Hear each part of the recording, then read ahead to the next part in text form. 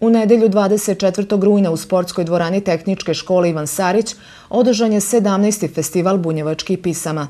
Na festivalu su sudjelovali glazbenici iz Subotice i okolice, Đurđin i Tavankut, Sombora te iz Hrvatske Zagreb i Crne Gore Pljevlja.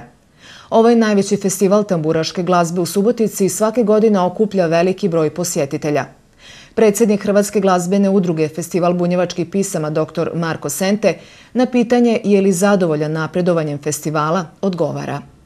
Jako sam zadovoljan, mislim da je kvalitet znatno nadmašio nekoliko prethodnih festivala i da su izvođači bili stvarno na nivou i tekstopisci i kompozitori, aranžeri naravno. Kako ja kažem, modernim žargonom rečeno i misiju i viziju. Znači vizija je bila da se ne samo sačuva bunjevačka pisma i bunjevačka tradicija, nego da se malo i doprinese nekim novim trendovima, a misija da se da mladima i onima koji se tako osjećaju da iskažu svoj talenat i da naravno na korist publike koja ih sluša urade nešto na popularizaciji bunjevačke pisme.